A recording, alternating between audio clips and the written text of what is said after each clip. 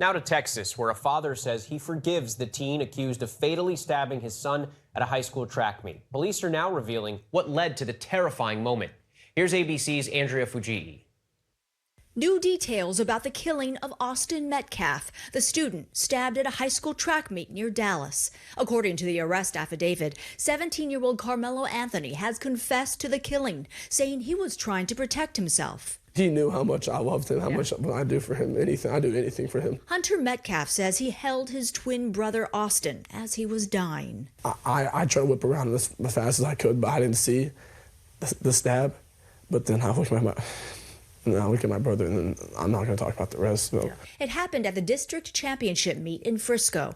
Hunter says his brother had asked Karmelo to move his seat because he was sitting under the wrong tent. A witness says Karmelo replied, "Touch me and see what happens." And when Austin grabbed him, Karmelo allegedly pulled a knife. They asked him to move, and when Austin grabbed his backpack to take it, he stabbed him in the chest and killed him. He's now charged with first-degree murder. Just because the kid was mad, my son is not here anymore, and I don't understand it. Austin is being remembered as an honors student with aspirations to play college football. Despite the shocking loss, Austin's father says he chooses forgiveness over anger. I forgive the other person because the forgiveness is not for him. The forgiveness is for me, so I can have peace. His life is destroyed. My life is destroyed. The arrest affidavit says as Karmelo Anthony... Good morning, Owasso. This is the Twins with Owasso Live, and this is the Morning Loop. Tragic.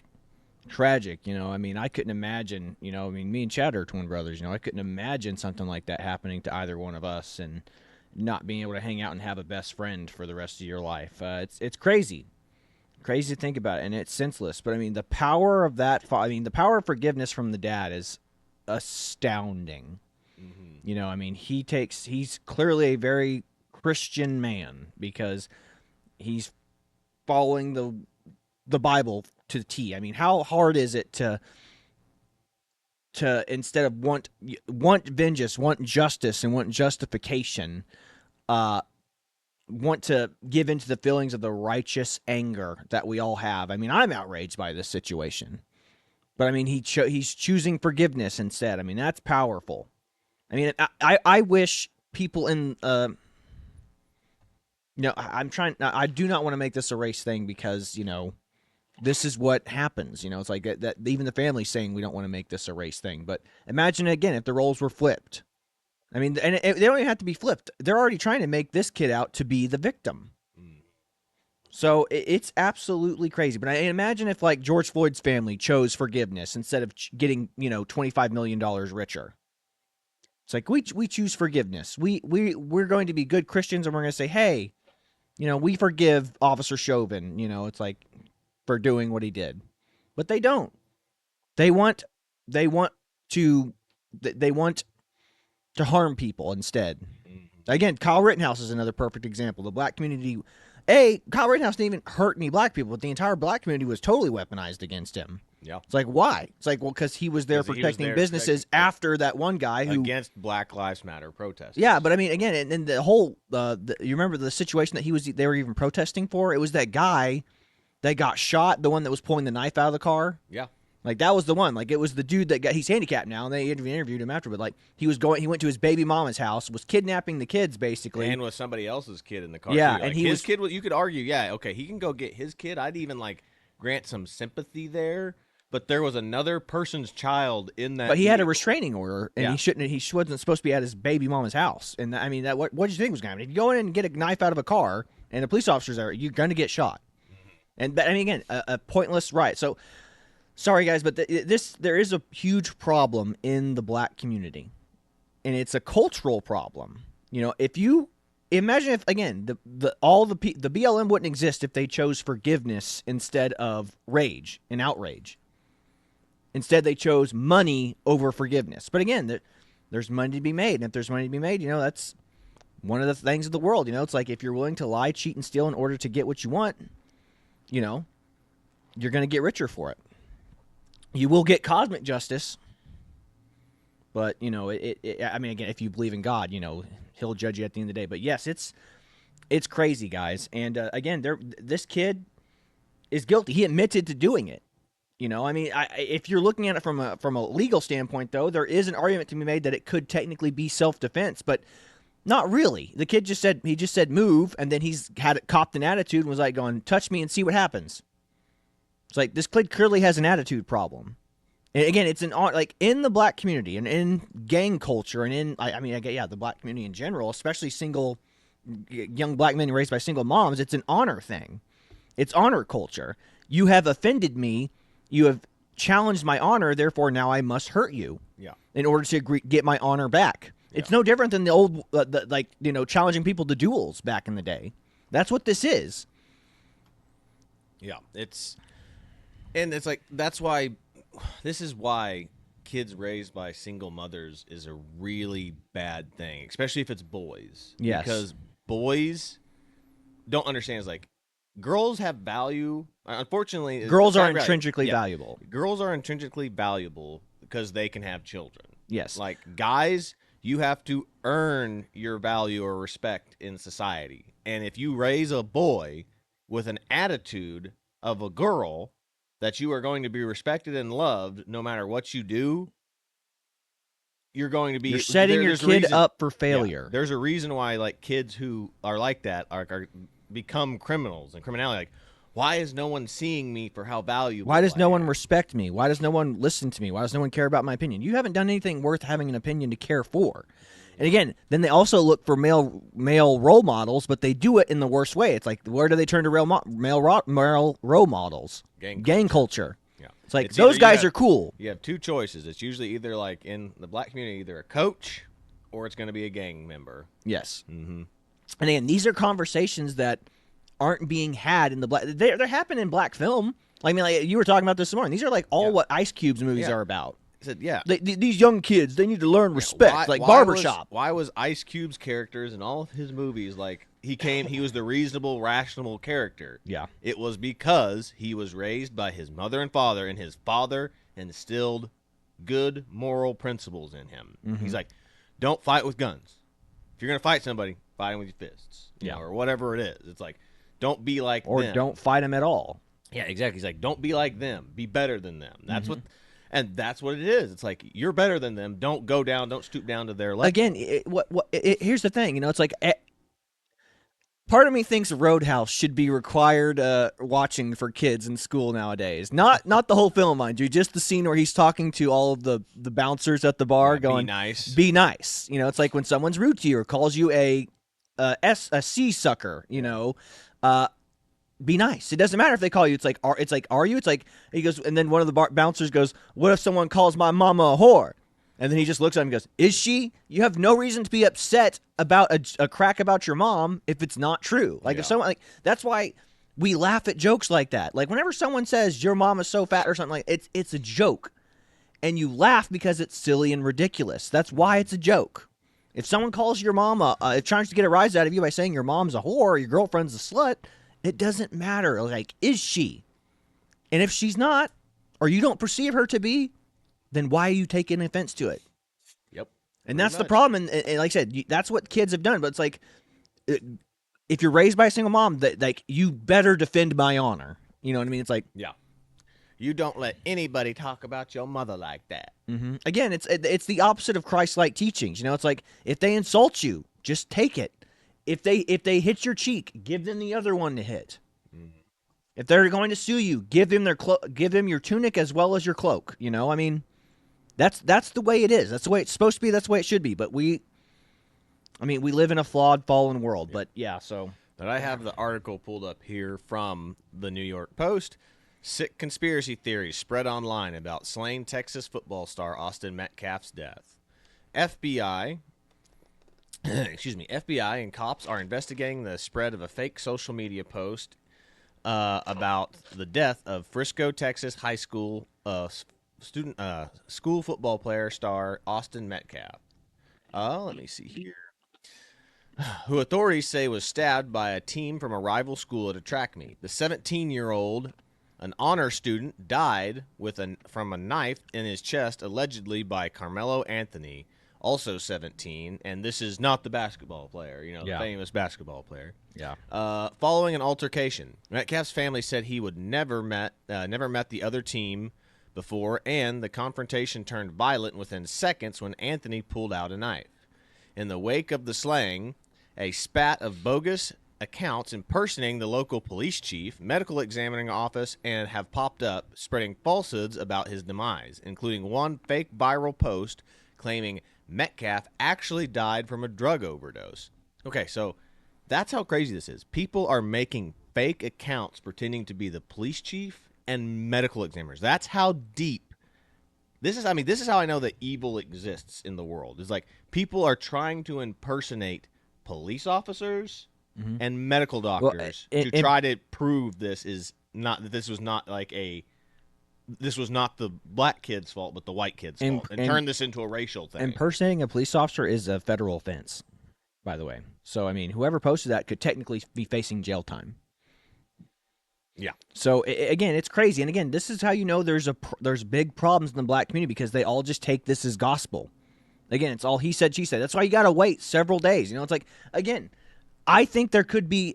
I agree with what Temple said. There could definitely be a case for this kid saying self-defense if they can prove beyond a shadow of a doubt that the young black man felt truly, in danger. But again, it's a track meet. They're all there to run. Like, no one should have weapons. He was the only kid with a weapon there, so it's gonna be an uphill battle to prove that. Yeah, but it says here another fake post which impersonated the Frisco police chief claimed that Metcalf was killed after beating Anthony repeatedly during mutual combat. Yeah, it didn't sound like there was any mutual combat. He just was trying to grab him and said, hey, it's time to leave. You got to move. This is again, the tent was set up, and that was their team's tent with their stuff, and he was just sitting there. And again, what's strange about it is, one, why are you bringing a knife to school? But number two, the kid had like a 1.7 GPA. I mean, our coaches wouldn't let us go to games if you had below like a 2.0 grade average. Yeah. So what on earth was this kid doing there? Like, I mean, like, if you have a 1.7 GPA, that's like you have your rights and privileges revoked from being a student athlete. Mm-hmm. So something's going on at that school. Like, that school needs to be brought up under concerns and charges. Be like, oh, sorry, you can't. Again, if you don't have this level of GPA, if you don't meet the minimum requirement to play sports, if you're not passing, you don't get to play. Yep. One doctored image claimed that the report from the Collins County Medical Examiner Office falsely stated that Metcalf's primary cause of death was MDMA drug overdose, and the stabbing wound was a secondary, police said.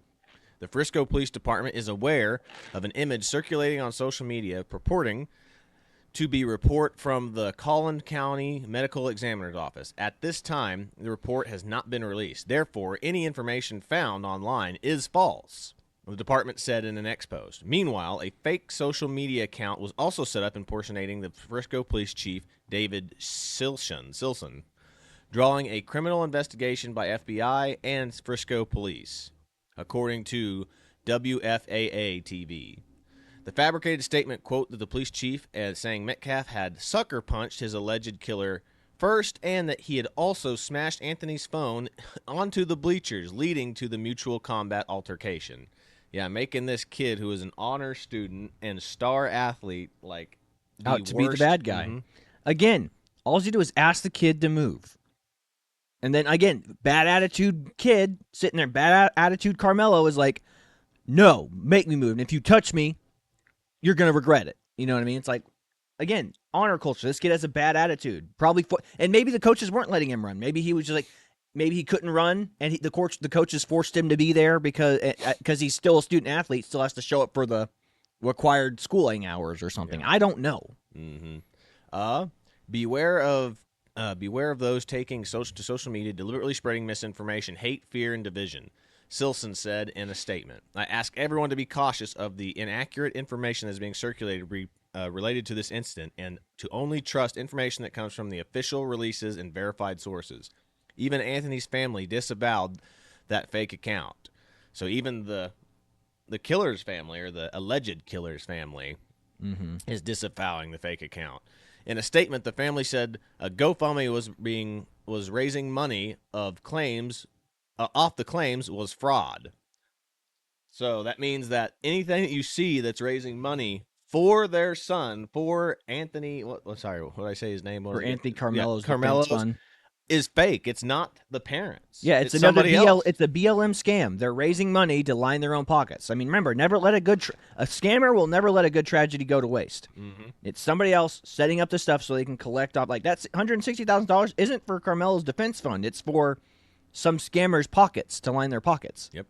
The conspiracy theorist Metcalf's death started spreading after Anthony, who told the cops that he was acting in self-defense, was taken into custody and charged with murder last week.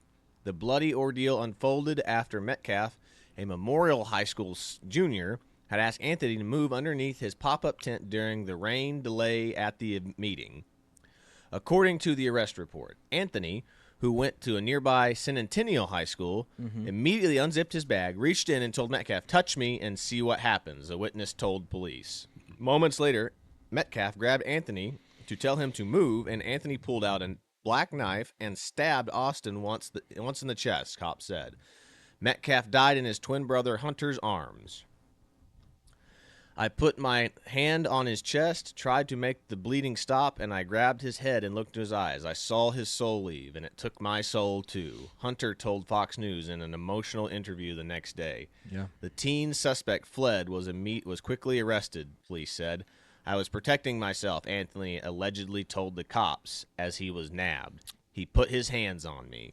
Anthony's dad later told the Post that the teen was provoked and is being held on a $1 million bond. Yeah. Again, and he tried to get rid of the murder weapon, too. He threw it away. He tried to throw the murder weapon away. Yeah, that's even something that was left out of this. He took the murder weapon, ran, and then tossed it into the bleachers trying to, get rid of hide it, hide it. So, again, guys, I mean, if the roles were reversed, this would be national outrage. And, again, there's already people trying to profiteer off of this. I mean, Matt Walsh had a really post. Like I said, there is a problem in the black community. There's a problem with young black men, and that's what we're going to show you. I mean, like I said, this honor culture thing is real. Mm-hmm. It's very, very real. And there's a lot to go over today, so whenever Chad's done. Yeah, first thing I'll show real quick is they do have a GoFundMe honoring Austin Metcalf, help his family heal. They've already raised $283,000, which is great. It looks like they're almost shy of whatever it is. They're probably trying to raise $300,000 by the looks of it. Yep, goal is $300,000. Wow. So they're almost there. But yeah, so if you want to donate and support this, I mean, money can't bring them back, but I mean, in a situation like this, anything can help. It'll help cover funeral costs. It'll help maybe get this twin brother some therapy that he needs. Because that's going to be crushing. I could tell. I could not imagine not having my best buddy here. So I mean, I can't imagine what that's like. I mean, if you saw, I watched Brett Cooper talk about her twin brother's the one that died just in school at random. Yeah. Because he probably drank too much Red Bull, actually. So stop drinking Red Bull and these energy drinks. But he died, and the twin actually lost it and had a schizophrenic meltdown. So I mean, it's not healthy.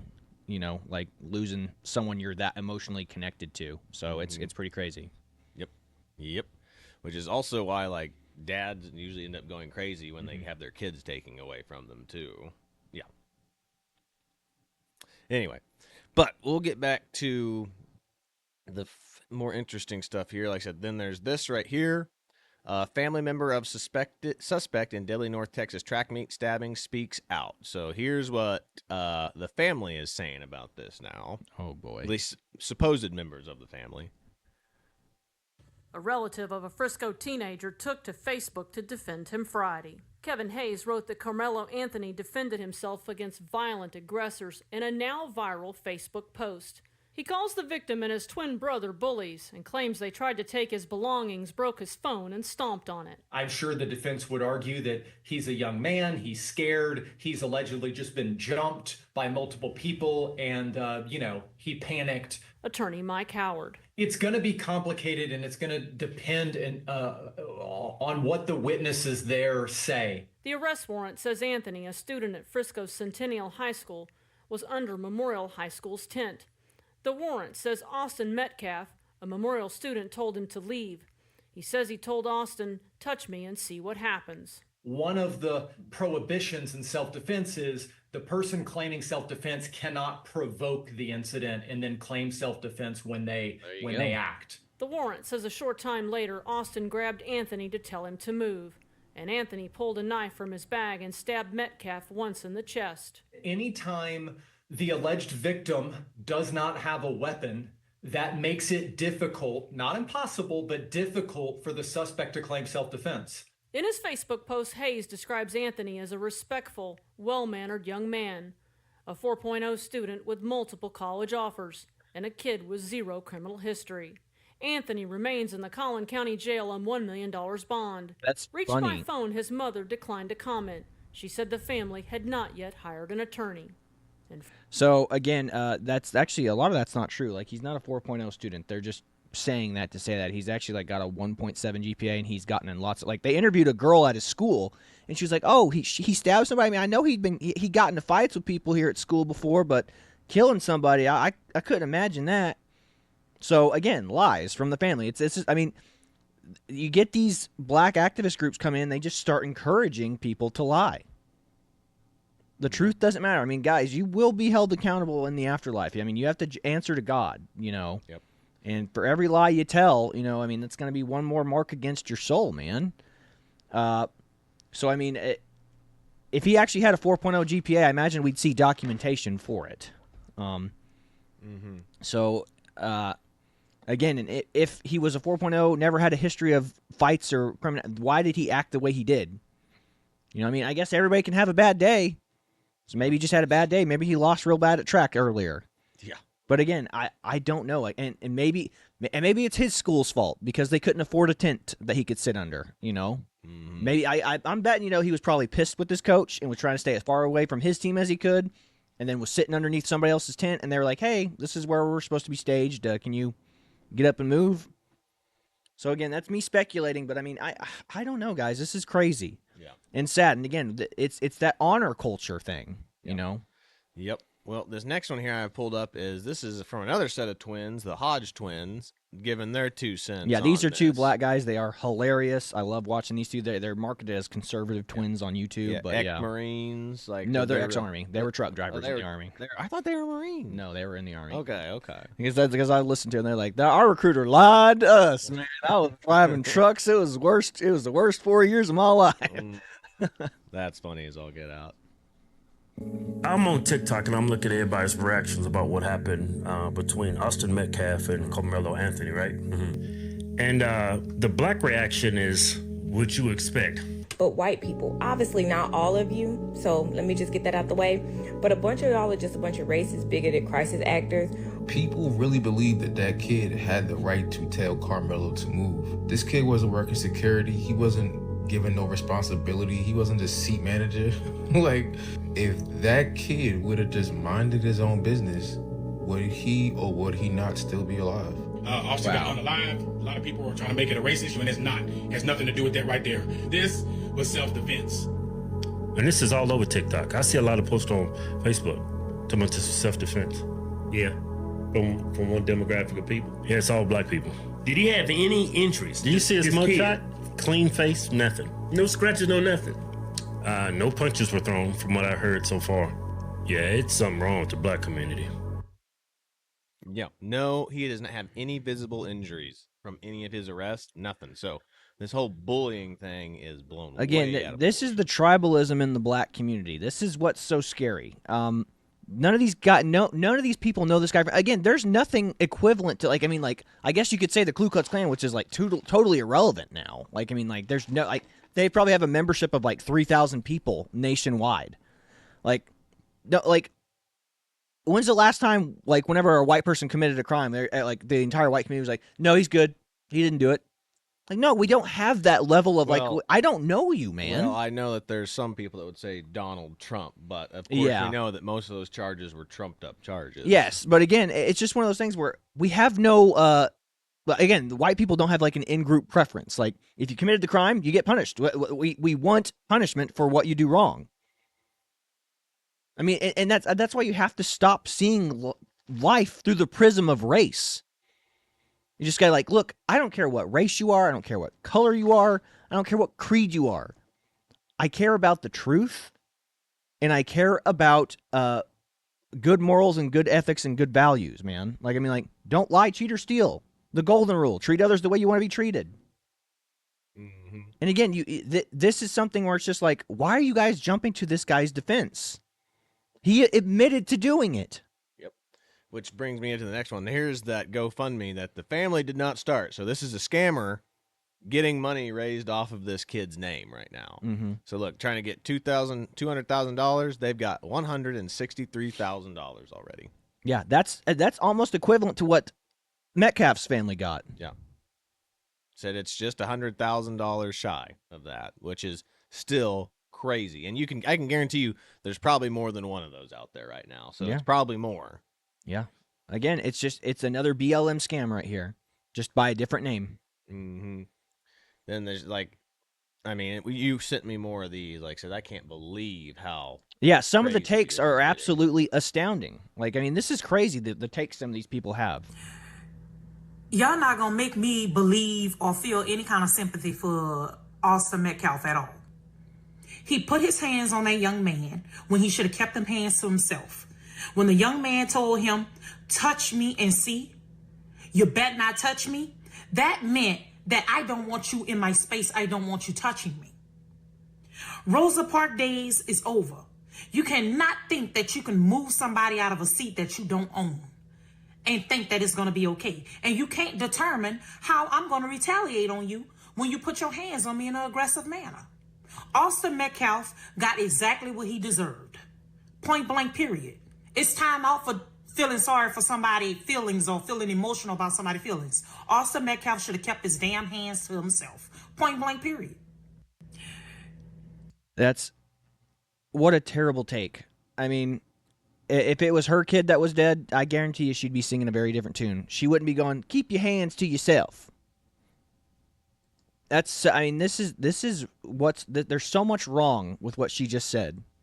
It's like, we should teach our kids to be tolerant. We should teach, I say tolerant. We need to teach them to be kind and empathetic.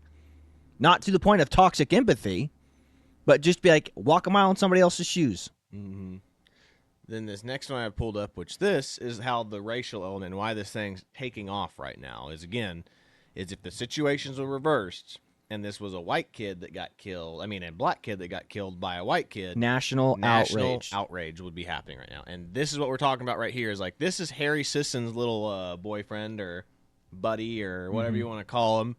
And he's talking about school shootings. And this guy, we've shown this before, but this is so relevant to what's going on right now. So check this out. Did you know there was a shooting at a high school graduation today in Missouri? No, didn't hear about it. These were the suspects involved in that shooting, though. Did you know that last night, Saturday night, in Savannah, Georgia, there was a mass shooting where 10 people were shot? Didn't hear about this one either. These were the suspects involved in that shooting. Noticing a pattern? If these guys were straight white men, all of us would have heard about these shootings. But your side, the left, has decided to demonize straight white men. So if somebody commits a crime that doesn't fit the category of a straight white man, none of us will hear about it. Did you know there was a shooting at 100% true. Exactly. Again, this is all media narrative. You know, they want so desperately for that unicorn scenario, white on black crime. They want it so badly. They're so desperate for it. There is a surplus. There is a huge demand for racism, particularly white on any other race racism. And there is a very small supply. Because what's the worst thing you can be accused of in our society today? Racism. But only if you're one race. Any other race can get away with it. You know, it's like, you remember that Stop Asian Hate campaign? When they started delving into the statistics of who was doing the hate crimes against Asians, that disappeared really quick. Because it was a certain demographic of people who were doing it. It was primarily black people doing stuff to Asian people.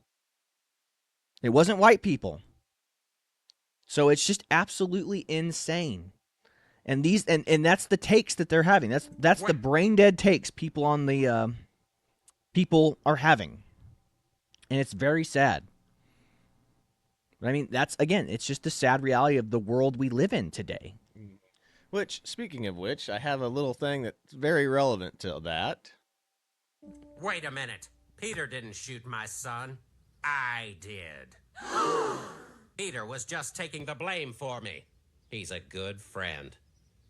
Mr. Brown, what exactly are you saying? I'm saying that I, Cleveland Brown, a black man, shot Cleveland Brown Jr., another black man. Wait, where did everybody go? You want to make the media go away? Just mention black-on-black crime. That is so true. That is so true. I mean, Family Guy rarely gets it right, but when they do, they get it perfect. So, yeah, I mean, again, let's just continue on with some of these videos that just kind of show the honor culture in the black community. That this is the culture that has to stop. Fort Worth Police Department says Quindarius Cartwright is the man who cut Altman's in the face and chest. Photos of the bloody gash are too graphic to broadcast. Genuinely thought I was going to die. It was so much blood. Walked in Waffle House. They were freaking out. I mean, I'm sure it's probably a traumatic thing for anyone to watch. Video of Altman's recovery shows his swollen face and stitches. Most of the stab wounds, like to the body, weren't really too bad. It was just when he stabbed me in the face that was like, it was really bad. On top of injuries, Cartwright reportedly stole Altman's car and joyrode it to a strip club in North Fort Worth. I opened my car. I was going to go get him some food. And literally the second I opened my door to step out, he just like starts stabbing me. Fort Worth Police Department. So he's pretending to be a homeless guy, asking for food, and he's getting out to go get him food, and he stabs him. Yeah. I mean, crazy. That's not super relevant. That's not the honor culture thing, though. Yeah, I mean, I know. it just shows a culture of criminality. This is what we're talking about. This is terrifying. Watch as this toddler with pull-ups tries to bully a cop.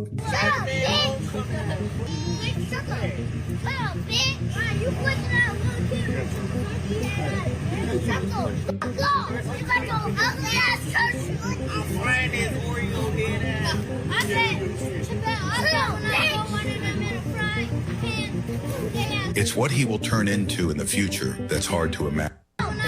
Watch as this Guys, that right there is astounding. I mean, that kid is absorbing imagine the home he's growing up in. That language, he's learning that from mom and mom's boyfriends, or maybe dad, if dad's around. I mean, how on earth could a kid that young be that violent? Somebody taught this kid that stuff. That's absolutely insane. Teaching a kid to hate the cops this much is dangerous for him, not only, but two, it's like those Islamic extremist ones where we show you like the kindergartners are putting on plays talking about killing Jews and Americans and whatever else. Yeah, I mean, like he's being raised to do this. Like, so, Yeah. So this is why there's a culture of criminality. Yes, I mean, these police officers are there to break up probably some type of domestic disturbance, and instead of being able to do their jobs, they're getting harassed by a toddler. I mean, guys, this is the culture we're talking about right here. This is that culture. This is that toxic culture in the black community that has to somehow go away. And it's this taught self, like it's the victim mentality. We are victims of this evil white oppressive system that doesn't really exist. Again, there's a huge demand for white racism, but there is a very small supply. Or, excuse me, white on black racism, but there's a very small supply. That right there should show you there's a huge problem culturally in that community. It's like police officers are bad. Teach your toddler that stuff to go. I mean, hitting a police officer at the age of 12. Or, I mean, at the age of, 3 or 4? How old is that kid? Don't know. At least, it looked like 4 or 5, I would have to say. I mean, that... And here's another one that you sent me. Yeah. Ugly ass cats. Look like y'all. Fuck, slam. Don't be talking to my little brother, though. Nigga, watch out, Mimi. Don't touch it. Mimi, don't touch it. Don't touch it, Mimi. Don't touch it. Don't touch it. Oh, you good, Jay. You good. Drop it. You good.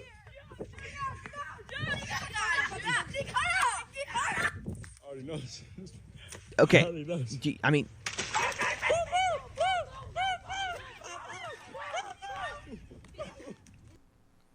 Nobody Can't take stop. The cameraman's an adult, I assume. Yes, it is. He's It not. says grown man instigates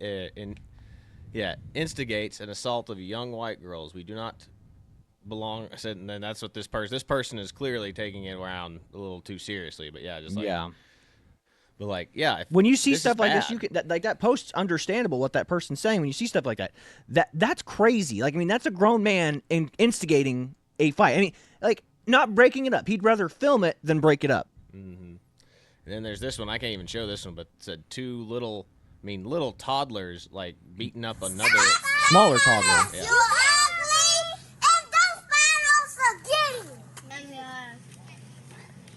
Are you here?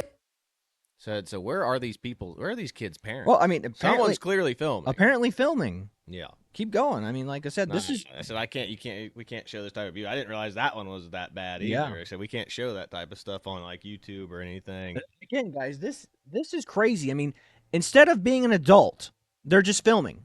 This is like that world star. I mean, again, world star is one of the worst things that's ever happened to our culture. This is like that world star culture. I'd rather film it than prevent it. Because, like I said, if you try to prevent it, you're probably going to get hurt yourself. Yeah. It's like, and then this right here. Pretending to check out items.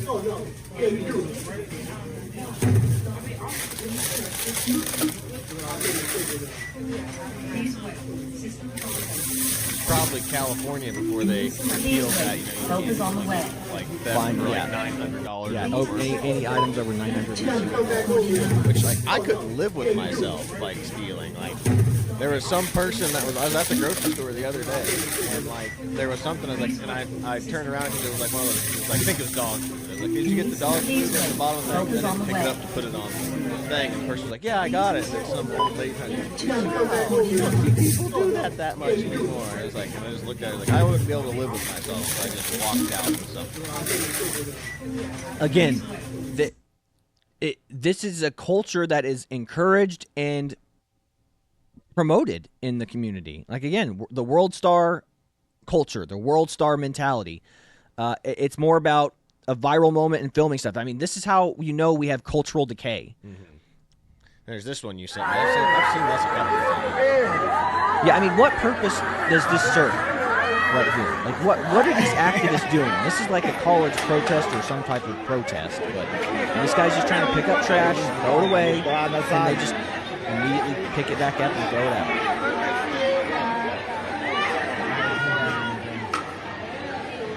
And this is so sad. And they're just oblivious. They want to see pain and suffering. These are people that are enjoying watching someone else's misery. Yeah. And again, is this all?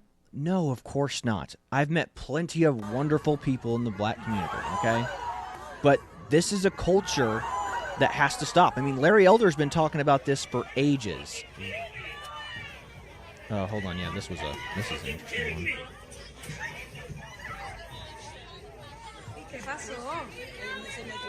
And then literally, now it's possible that we missed something here, but I would say that this kid probably didn't like being,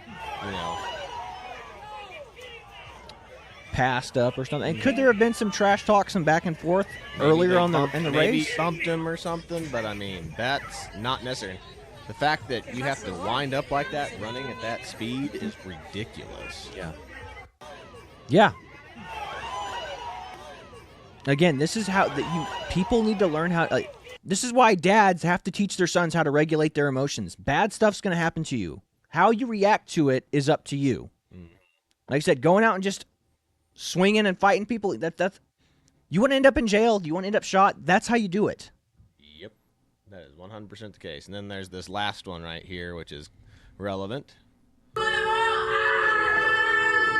Shouting and dancing in court. 4 teenagers put on a shocking display after murdering a 73-year-old grandmother. Just after celebrating her 73rd birthday, Linda Fricky had parked her car on the side of the road to take a phone call when 4 teenagers suddenly yanked open her car door. They sprayed a heavy dose of pepper spray in her face and viciously attacked her. Desperate, Linda pulled out her wallet and begged them to take everything she had, pleading for her life. But instead of letting her go, the teens dragged her out of the car and sped off in her vehicle. Unbeknownst to them, Linda was still tangled in her seatbelt. She was dragged down the street for an entire block, her arm crushed in the process. Witnesses reported that her screams lasted for over a minute before she died alone, in agony and terror. When the 4 teenage killers appeared in court, they shouted, laughed, and even danced, showing no remorse. They seemed proud of what they had done, knowing that as juveniles they couldn't face the death penalty and might even be eligible for parole in a few years. The judge is now considering trying them as adults. Do you support this decision? What punishment do you think they deserve? Life in prison or the death penalty? Let me know your thoughts in the comments. Gosh, I mean, I didn't even watch that whole thing. I just watched the intro of them flipping people off in Doesn't even court. say, like, I actually watched the police report of this. Like, they ripped her arm off. Oh my gosh! Yeah, they ripped her arm off. Like, her arm, like, was basically detached. Yeah, it was still on, but you know, like only hanging on by like ligaments, basically. Yeah. Again, what drives kids to do that? I mean, a lack of productivity, a lack of. I mean, that was a lot of girls too. Again, so it's not just young men; it's girls, directionless kids. Yeah. This is why you got to have dads in the household. You have to have again, we have to encourage the black community to take responsibility, to air out their dirty laundry. It's like this is something that we don't talk about. This, again, if you never address problems in your communities, in your society, they never get fixed. Like, this is the kind of stuff we don't want to see anymore. Yep. So I don't know, man. There's not a simple solution. It's going to be a long, hard fix. Then there's this one right here, which I can't even play this one because it's so violent. But like, again, like talking about like overreacting, like this lady, probably old lady, probably has dementia, Alzheimer's or something. And this lady is beating the crap out of her. Yeah. Assaulting her. This is insane. Insane. Like, even if she said the most horrible racist thing you could say, she is an old lady that probably has dementia or something. What she's saying that's not her speaking. Mm-hmm. Yeah, that's a shell of the person she was speaking. Yeah, and it just beat the crap out of her, dragged her. I mean, in the video, she drags that lady out of her wheelchair and just knocks the crap out of her. Mm-hmm. Again, I can't show this stuff. It's so bad. Like, I didn't realize that one of the two girls being like just on the side of the road was that bad, or I wouldn't have played it. Yeah, it's crazy. And again, it's the type of community that comes together and defends the guy this Karmelo Anthony kid that stabbed a teenager.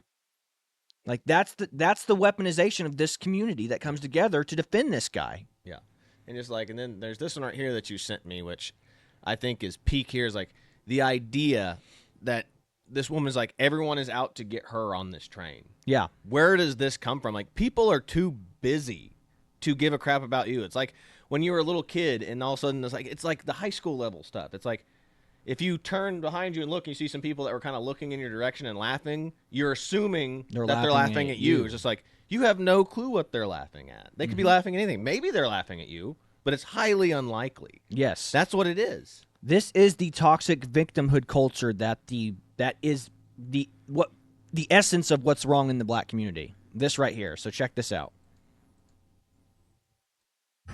She keep putting her phone directly on me.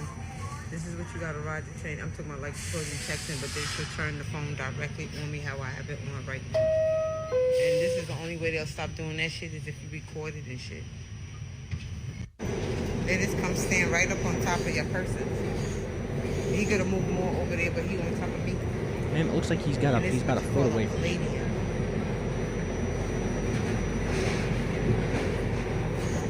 Period. Just because they want everybody else to pretend like they still sleep in New York, I'm woke like a motherfucker. And it's not like you can't feel when somebody's siphoning your energy. You start feeling real sick and sleepy and fucked up, dizzy. I know so many people be on a train and you don't know why you start feeling that. That's the whole new thing.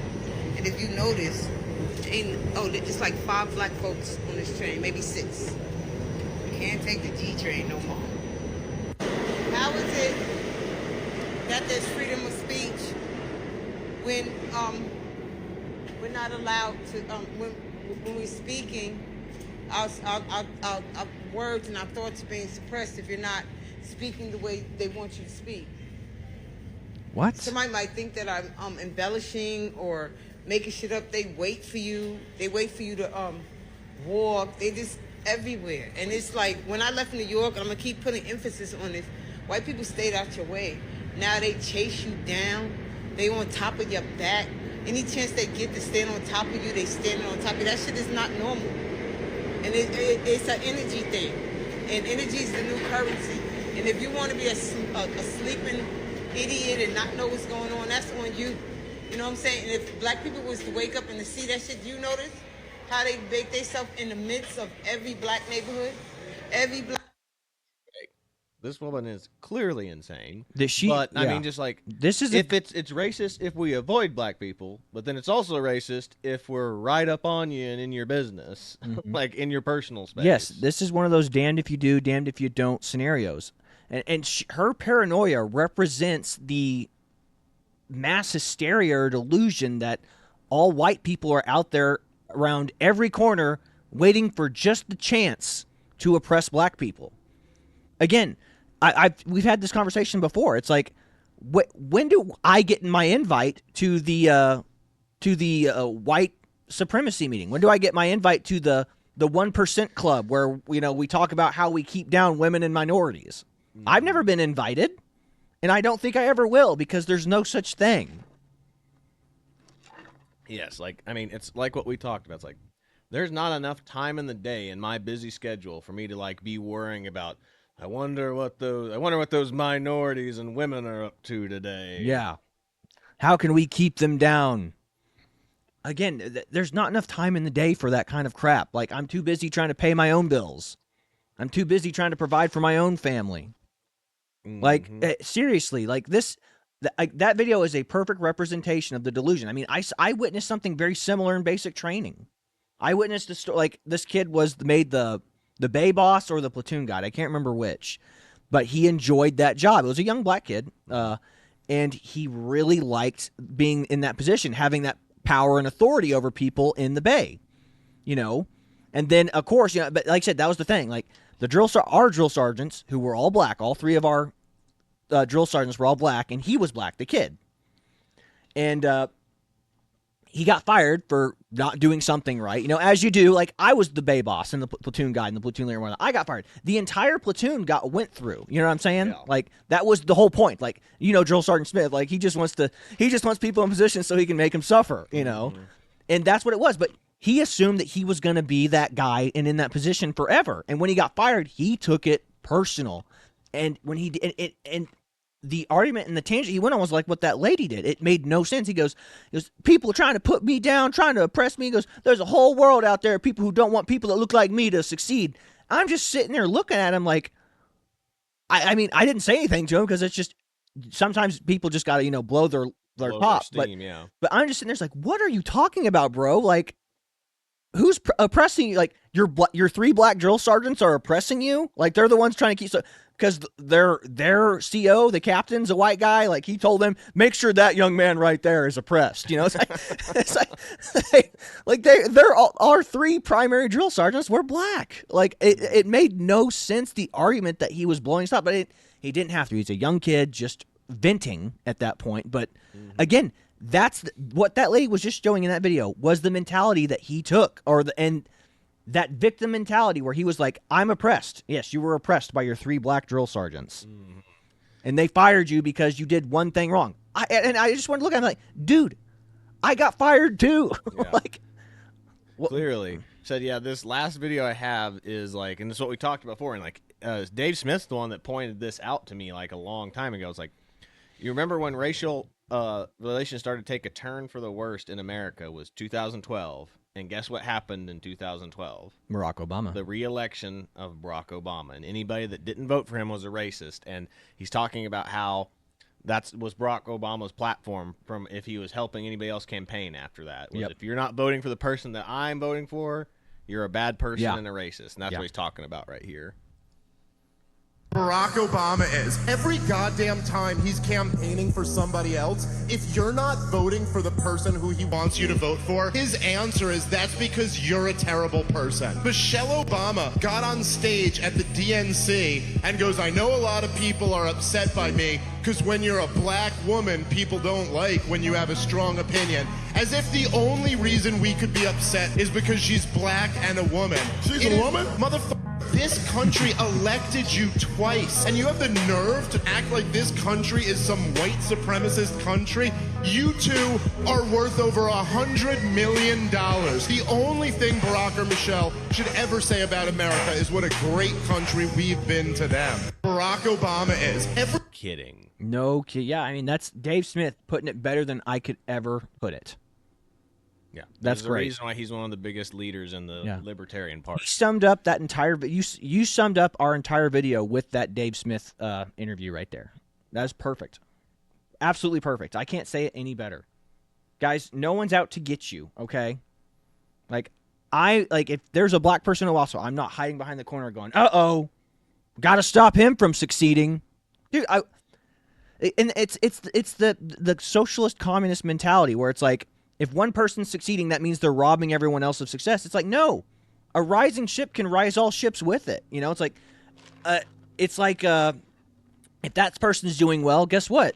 That doesn't mean you can't do well because he's doing well. I mean, maybe if you're business rivals and you're in the same industry, maybe. But again, it doesn't mean that they're out to get you. You know, we're an envious people. You know, like, we see somebody else's success and we want it. It's hard to be genuinely happy for people when they succeed because it's like you want to emulate that success.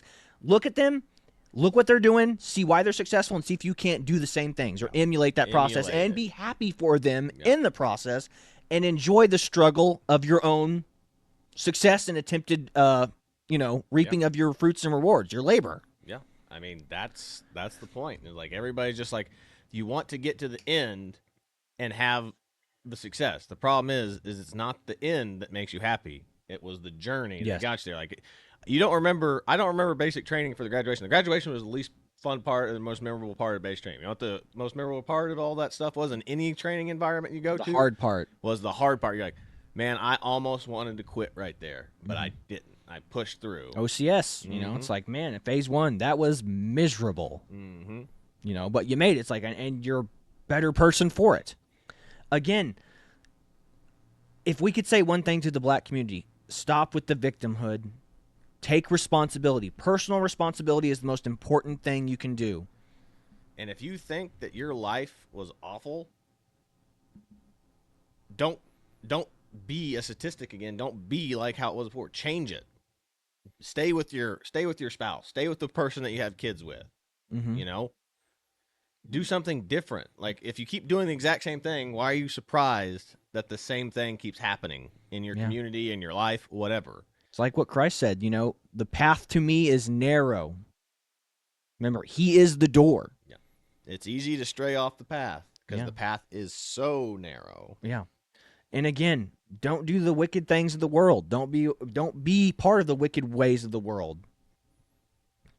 And again, and for those people, even this Karmelo kid that did this, there is no sin that God is not willing to forgive. Now you're gonna have to pay your punishment. You're gonna have to pay what's due. I mean, render unto Caesar what is Caesar's, and that includes punishment too. It's the one thing. It's the one line I really liked from Fury was like said. It was the one where they were talking to him about does God love Hitler? He goes, well, I expect so. He goes, but I ain't gonna save him from man's justice. That's right. He's not gonna save you from man's justice, man. But again, remember, the Apostle Paul was there whenever the first martyr, Stephen, was killed. I mean, Apostle Paul is a murderer. Yeah. And God forgave him, and not only that, made him a huge part of becoming the apostle to the Gentiles. And some would say like one of the biggest apostles. Apostles probably the apostle. Because remember, like, the other apostles were all Jewish, basically, and didn't really want to spread the word to Gentiles. Paul was a Pharisee. Paul was the one that was like, we're going to do this to the world, folks. We're going to spread the gospel. Yeah. So again, there's no sin that it can't be forgiven. Like, anybody who is like the people in all those videos we saw, none of them are beyond salvation. None of them are beyond redemption. And again, that's why we pray for you. Mm-hmm. We want you to just be. I want all of you to be brothers in Christ, brothers and sisters in Christ, man. And that, again, how much better would the world be if people were more like Metcalf's dad? I forgive you. I forgive you. Like, boom, somebody punches you right in the face, and instead of striking them back, give them your other cheek and say, not only do you give them the other cheek for them to be able to hit you again, say, I forgive you. Mm-hmm. And again, it's the same as those Coptic Christians. Instead of crying, complaining, and being like, no, don't kill me, don't behead me, they told their enemies that they loved them and God would forgive them for what they did. Mm-hmm. So I think that's about all I've got for you today. It's scary where we're at in society, and it's scary. Where the black community is at is a very sad and scary thing. And I hope that we can get this thing turned around and get that community back on its feet and keep dads in homes and bring some morality and some class back to that community and culture. And there are people who are already in that culture that have class, but I mean, they're not the ones that are promoted. Like, again, it's the same reason that great intellectuals like Larry Elder and Thomas Sowell are not mentioned. Like, you ask a black person who that is, they'll be like, I have no idea what you're talking about. Mm-hmm. The fact that they're not mentioned in history books, the fact that they're not in black magazines. Yeah. Larry Elder and Thomas Sowell are actually like exclusively kept out of like magazines mm-hmm. like that. Yeah. So I think that's about all I've got for you today. This is the Twins with the Owasso Live. This was the Morning Loop. Be sure to like, share, and subscribe so you too can stay in the loop. But that is all we've got for you today. God bless you. See you later, everybody. We were just one person. We did everything the same. We were just exactly alike. Like, we had a couple of differences, but most of the stuff we did together, the stuff we had, it's just, we felt as one person. So it's just like we just connected so well in everything we did. His commitment, his work ethic was about football. The boy stayed in the gym. The boy he led the team. Every time we go to the gym, I get stronger, I get better, I get faster. I got an accomplishment in the weight room for football, and Austin's a smile. He was just so proud of me. He just gave me the biggest hug. It's not right. You should never bury your children. It's a very unfortunate, tragic outcome. Not only for this family, but I feel for the family of the assailant, because his life is over.